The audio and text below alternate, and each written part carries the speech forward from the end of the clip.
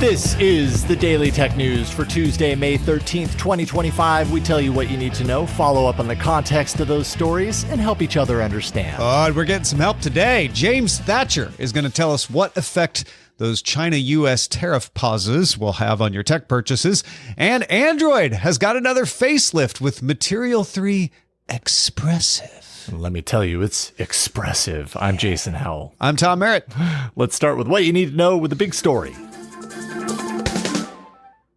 Or in this case, the big stories, because there's a lot of news coming from Google. And so I figure I'm going to break it up a little bit, then a little bit of discussion, a little bit of news recital. Right, because it's Google I.O. today. Oh, wait, no, that's not till next week. See, that's what's so weird. Normally, all this stuff would happen on Google I.O. This year, they're doing it a week early. They're going to save I.O. for AI.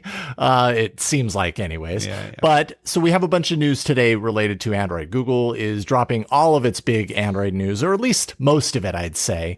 This morning, they've got a live stream going on right now at the time of this recording for the Android show where they're spilling all the beans. I got a little bit of this information in advance. Android is getting an updated design overhaul with Material 3 Expressive, its next kind of version of Material design. This debuts on Android 16 and Wear OS 6, so you're not going to get it immediately. The update for Android leans heavily into emotional impact. Google says this a lot throughout their materials. The emotional impact of user experience, highly customizable styles and palettes, more dynamic and physics-driven UI animations throughout. There's also enhanced glanceability, so you got real-time data streaming into places like the lock screen. An overall redesign of the look and feel of things like quick settings and how the home screen imagery kind of bleeds into the rest of the experience. You kind of got to see it to understand a lot of this stuff. But Wear OS users will also see some changes, more adherence to the watch's unique display shape. So buttons actually morph to the circular display shape versus the square if you're on that type of watch. Dynamic color theming. And again, glanceable buttons, glanceable tiles.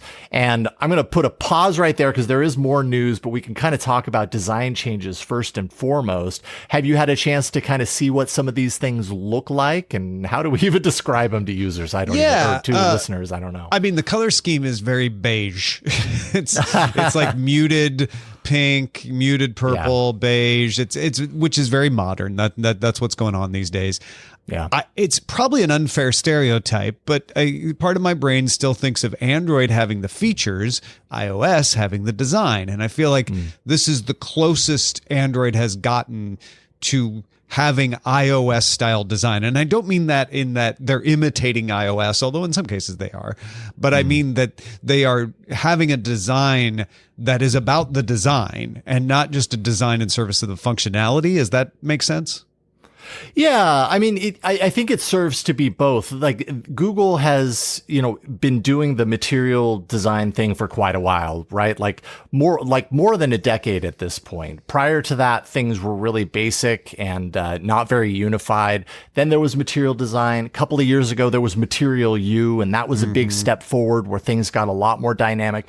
This is further down that road, and I think kind of the difference here, it's like that on steroids, but what Google is really, what the story is that they're really telling right now is we went through, multiple years of research and understanding of what people really want out of their user experience. And they're saying, yes, that these colorways, these like color themings and everything that are really punchy and everything, they serve a purpose on one hand of being just pretty to look at. But on the other hand, what they're doing with these different sizes and shapes of buttons and colors and everything is it's all about directing your attention to the place that you want it to go, depending on the context that you're in. And Google thinks this isn't just about Gen Z. This is also about all users, because if you do it correctly, then everybody knows what they want to be looking at that particular moment based on the design directing them in that place. And so it is usable. It's not just pretty. Yeah, no, I wasn't trying to minimize the usability of it, but the fact that they are talking about blurs and animations and emotion and trying to say this is going to make you feel good about using your device is something I haven't heard as much of. Or maybe I've heard it before but not believed it, whereas this time I'm like, oh yeah, no, I see what they're saying. It works that way. Yeah. I mean, I'm really curious to get my hands on it. Like I said, because I think it's one thing to kind of see these images online and to, I think a lot of people are probably going to have a similar experience where if you read kind of Google's words on this, you kind of want to eye roll a little bit and be like, really? Like, I can't remember. I'm going to tear up over my, dismissing my notifications. Totally. Like one of their studies was about rebelliousness. What kind of feeling of rebelliousness does this UI give to you?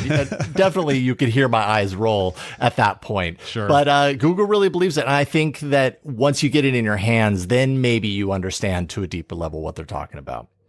It is not just design in that regard. It is also other things like Gemini, of course, because it's in everything at Google Gemini these days. Gemini is expanding beyond smartphones. It's now going to be arriving on Wear OS, Android Auto, also with cars with Google built in as part of the in-dash setup, Google TV, XR devices whenever we may finally actually see them. Earbuds from Sony and Samsung are just a few that are going to start getting Gemini integration. So this is really just kind of proving that Assistant has yet another toe out the door.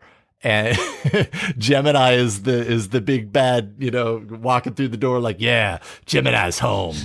Where you at? And it's just hitting all. That's right. See you later. Smell you later, Assistant.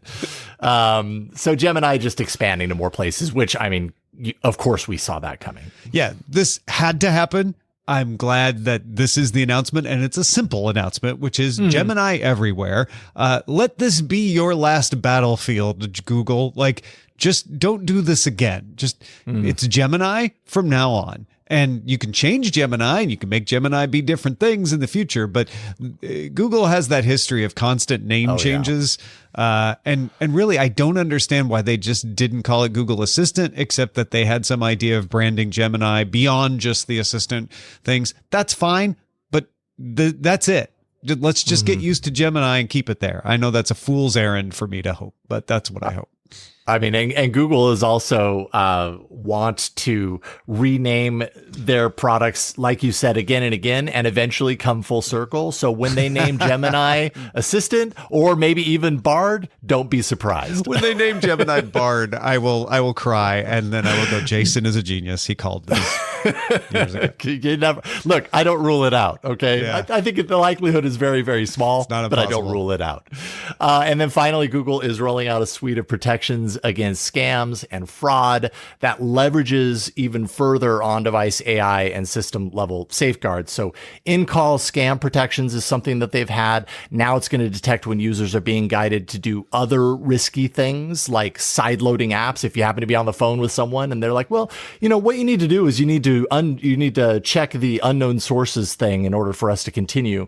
Google's AI can recognize that, be like, oh, actually, this is a pattern that a scam often, would represent, or granting accessibility permissions, that sort of stuff. And then real-time scam monitoring inside phone and Google Messages is going to pattern detect and protect against a wider variety of scams there as well. And then finally, key verifier. This is a way for users to confirm the identity of message recipients using encryption keys to prevent things that one of the examples that they give is like SIM swap attacks. So you can just be sure that the person that you're chatting with is the person that they say that they are. Yeah, this is Google flexing its muscles and the fact that it has been developing these kinds of algorithms and models for a long time and using them to provide security. Google's never going to win the privacy argument in the public marketplace, but they can win the security argument. They have very good security chops, and this is an example of that. Yeah, it is a really cool flex when these things actually work the way that they do. There can be a little bit of a misconception. Sometimes people are like, oh, on-device scam detection of my phone calls. So you're listening to all my phone calls. It's like, well, no, the AI is looking for patterns and it's all on device. Yeah. And when it works and it actually prevents you from like losing hundreds of thousands of dollars because, you were instructed to go to the bank and blah, blah, blah, which happens to a lot of people. I mean, that's magical. That's actually really, really cool. It's not going to happen to everybody, but when it does and it works, like you're going to be insanely happy that it did. Well, I'm insanely happy that we have such amazing patrons who make DTNS possible. Big thanks to some of them, like Mike Akins, Norm Fazekas, and Jim Hart, as well as our brand new patrons, Takas and Adriano. Yeah, you're all awesome. All right, there's more we need to know today. Let's get to the briefs. Now, at the risk of being typecast as the Apple guy on today's episode, I have a Pixel Fold, an original Pixel Fold, and I love it. Apple unveiled a lot of new accessibility features for its devices. Among the highlights are Braille access. So bringing expanded support for Braille input, including the ability to take notes and perform calculations.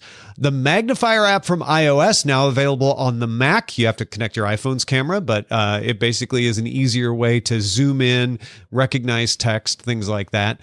Vision Pro is getting enhanced zoom capabilities for magnifying the field of view as well. Main camera on the Vision Pro can also be opened up for real-time visual assistance in approved apps, like connecting helpers through Be My Eyes, so you can have people describing what's in the view. Apple's VoiceOver will also describe the user's surrounding inside of Vision OS.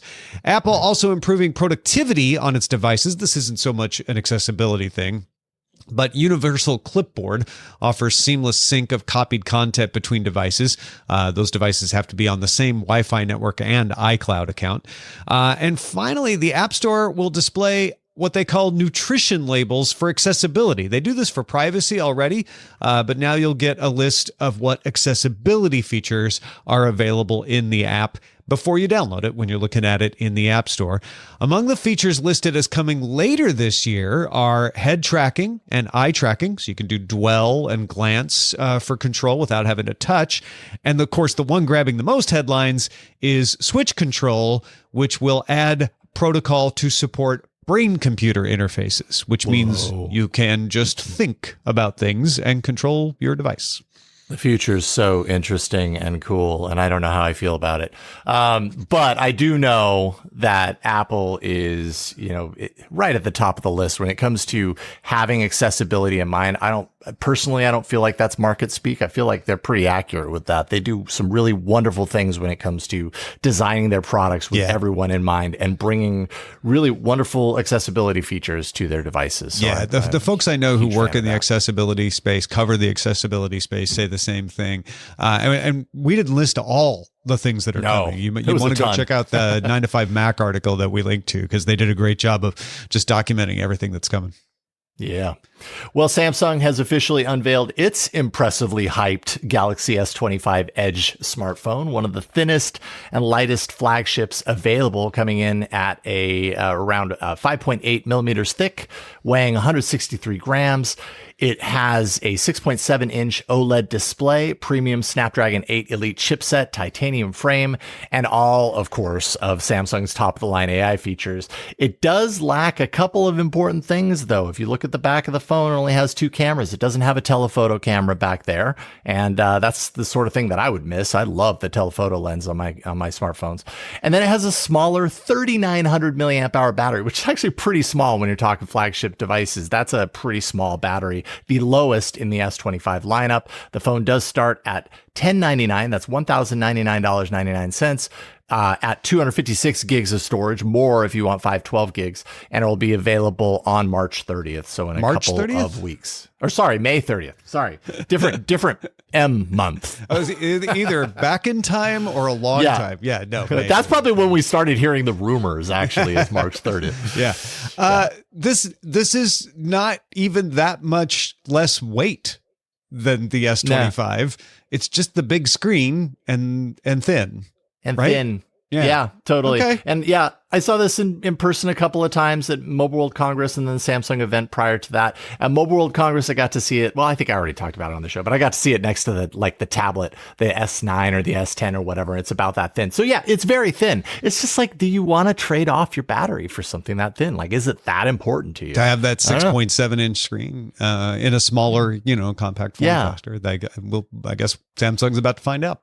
Yes, indeed. Not the only phone out today. Sony also announced a flagship smartphone smartphone, the Xperia 1.7. That 7 is Roman numerals, though, so if you're searching for it, integrates high-fidelity audio tech from the Walkman line, along with advanced camera features inspired by the Alpha series. So it has an upgraded 48-megapixel ultra-wide with a large 1.56-inch sensor, offers AI auto-framing for a full scene to be captured, along with a close-up crop of the subject that tracks the object as it moves. The device retains a headphone jack. I know a lot of you say you love a headphone jack. Well, here you go. Now's your chance to buy a Sony with a headphone jack. Support for high-resolution formats like LDAC and Dolby Atmos. It's available in Europe and the UK, starting for around €1,499, 1,399 British pounds sterling, which would be the equivalent of about $1,700 if it were selling in the US. So flagship phone prices maintain. This is up the upper end. And I mean, the converted US dollars price is because it's very unlikely it's even going to be released in the US. So if this is a phone that you actually want, you're going to have to import, and you live in the US, you're going to have to import it. I was going to say, if it's a phone you actually want and you're in Europe, you can just go buy it. Yeah, totally. It's a lot easier for you. Or next time you're traveling to Europe from the US, then just buy it while you're there. Spotify updated its AI DJ feature to let premium users personalize the experience through the use of voice commands. Users can actively request changes in mood, genre, or specific artists by holding the DJ button to speak their preferences. So it's kind of like going up to the DJ booth and making a request. So it used to be you just tap the button and it would change. It would let me change what's going on, but you didn't have any control. Now you can tap and hold, I guess, and go like, hey, bring up the beat, bring up the tempo. You know, you're being... You're being too sad. It's not just, that's what I thought was interesting. It's not just play this song next, which you can also do. Yeah, it's like influence the direction of it. It's, it is like going up to the booth and saying, hey, you're bringing the room down. Come on, man, bring it up. Although you don't have to shout it like, hey, can you play some Beyonce?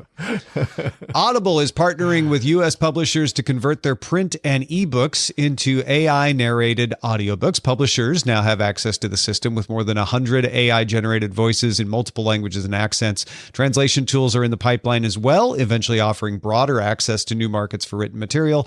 Audible's offered self-published authors the ability to turn their ebooks into audiobooks this way since November 2023. So this is just punching it into the publisher pipeline. And I don't know that I've heard any of these with my own two ears before. Have you, Tom? Like, are they? I've heard the samples that they're doing, and they're not bad. They're you probably wouldn't notice, although if you know, you can kind of tell. Yeah, that's the problem with these things is like I end up, if I even get the hint that it is read by AI, then it just kind of sours the experience for me. I can't unthink it. You know what I mean? Yeah. But it'll get better and better. They always seem to be moving in that direction. Ticketmaster has launched its all-in prices initiative. So U.S. customers will see the full price of a ticket that includes mandatory fees before reaching the checkout page. That was kind of one thing that they were criticized for a long time. This comes in response to the new FTC rule here in the US that bans hidden junk fees in live event ticketing. However, local taxes and delivery fees will still only appear at checkout. You won't see those in advance. So it's kind of like all in prices, except for those fees, which also actually add up too. Ticketmaster also made changes to its ticket availability process to show customers in real time how many people are ahead of them in line for buying tickets to high profile shows. I've always seen how many people are ahead of me in line for buying tickets to high-profile shows, so I'm not sure what's new there because I've always gotten thrown into a queue.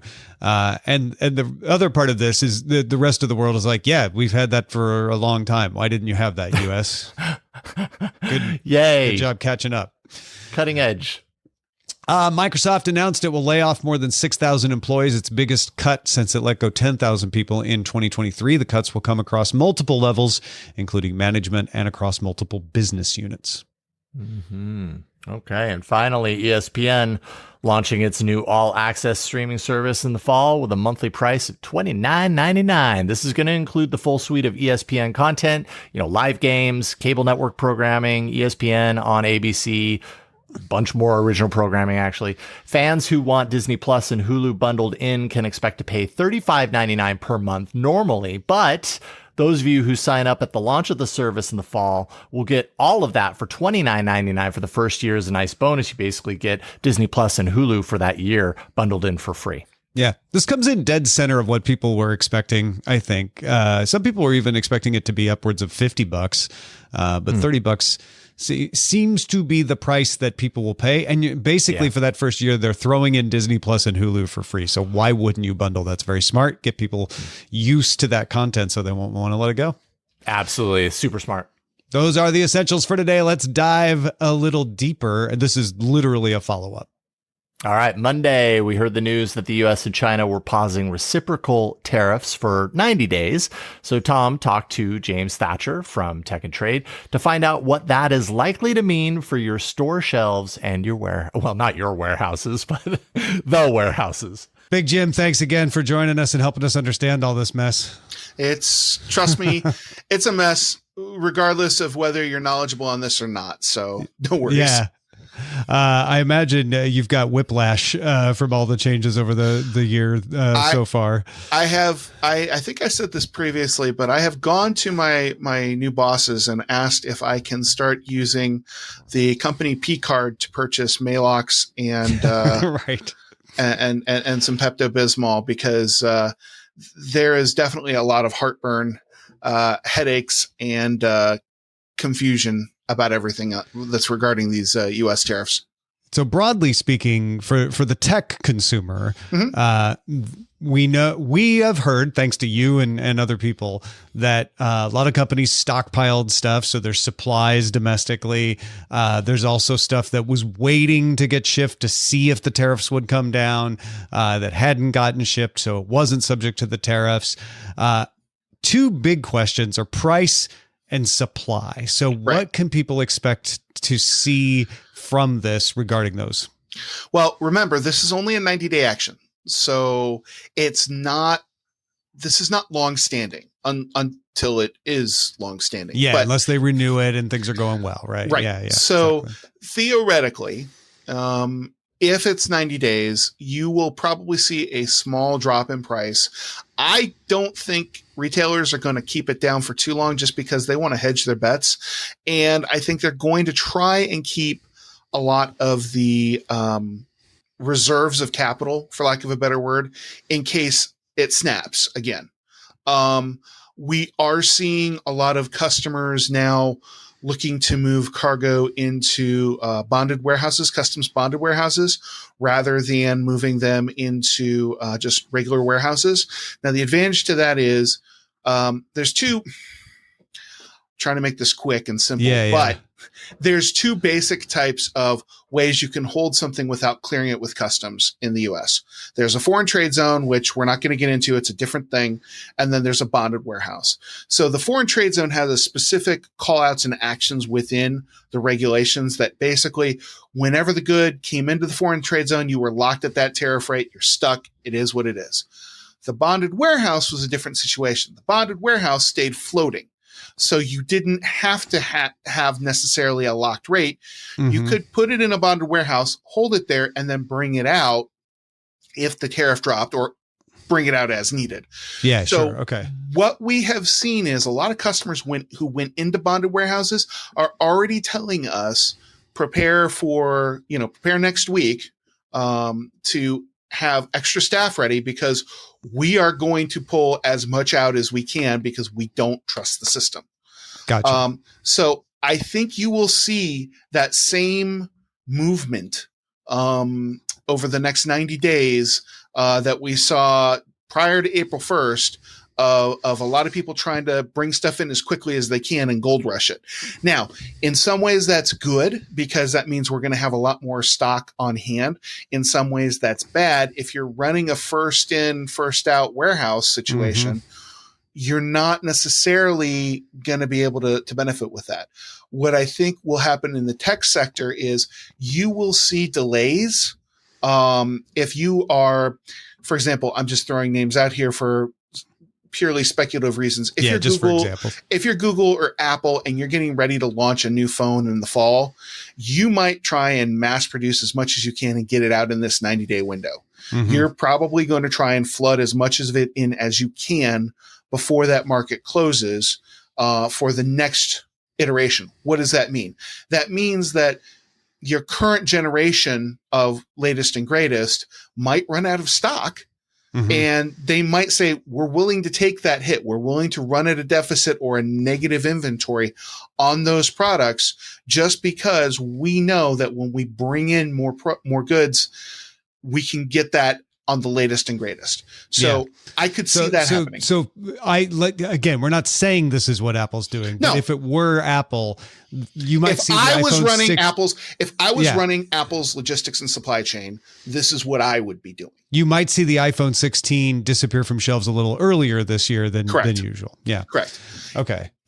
Because I would want to make sure that I have the latest and greatest that's going to net me. You want the most, 17. I'm going to want to have ready. the 17 ready to go because I know I'm going to make more revenue off the 17 than I am off trying to cut cost and cut pricing. And down granted, on the they 16. usually keep the 16 around when they bring in the 17, but for purposes of the example, I think it makes it clear to folks. Sure. But we won't see empty shelves. We won't see the scary, like LA port doesn't have any ships coming in. It seems like that's not going to happen. Well, yes and no. So yes, we will see the LA port probably go light for about a week or two, because what has happened was right around the beginning of May, a lot of the ocean carriers had already announced vessel change rotations. They were pulling freight.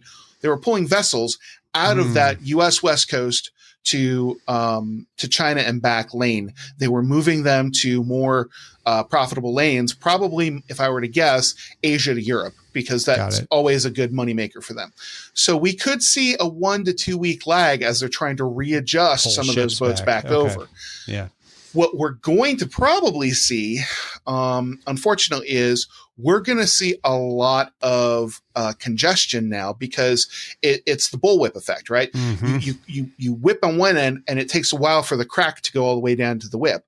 We're going to see that happen specifically with regard to the point at which they agreed to it and the point at which changes can be made to those vessel rotations.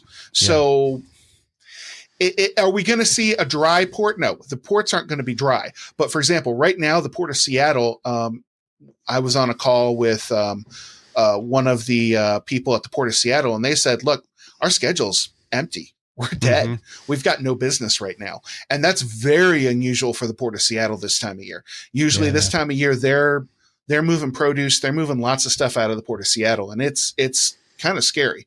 So I think we're going to see a dry spout, but it's not going to be a long-lived one. Well, Jim, thanks again, man, for helping us understand a little more of what goes on behind the scenes here, because you're on the front lines there. Appreciate it, man. Well, we're always trying to dodge the bullets, but every now and then you just got to stick your head up over the bunker and make sure that the enemy is still there. But I'm here to support, and that's what I do for the community. And if anybody has any questions, reach out to me on the DTNS Discord. Feel free to @ me, and I will be more than happy to answer any questions you've got. Thanks again, Jim. Take care.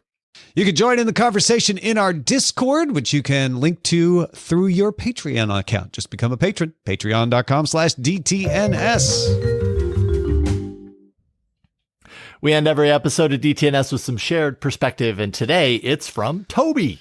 Yes, Toby, following up on that story about the AI victim impact that we talked about earlier in the week. Toby said, once you get over the novel shock value of a talking image generated by new tech, it seems not really much removed than a slide deck with curated select photos from someone's part life. So I think that a few people have had that reaction where they're like, yeah, this has a lot more impact the first time and it seems creepy the first time. But if it became commonplace, then it would probably have less impact rather than more. Yeah, it's a timing thing too, right? Like it's all part of the wider narrative of what do we feel comfortable using AI for versus not, and is something authentic or not authentic when AI is used? At the end of the day, I actually completely agree with what Toby's saying here. Like it's weird because it's the first time that we've really noticed it, but it's also kind of not weird. It's just using current technology to do the same thing. And yeah, makes sense to me.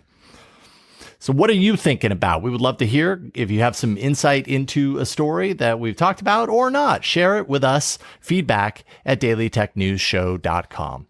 Big thanks to James Thatcher. Thanks also to Toby for contributing to today's show. And thank you for being along on the ride for Daily Tech News Show. The show is made possible by our patrons at patreon.com/DTNS.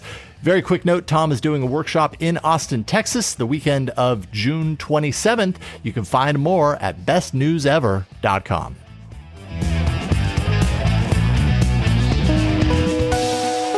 The DTNS family of podcasts, helping each other understand. Diamond Club hopes you have enjoyed this program. Seems so violent. Don't slap it like it's a slap bass. Yeah. Let's encourage the record button.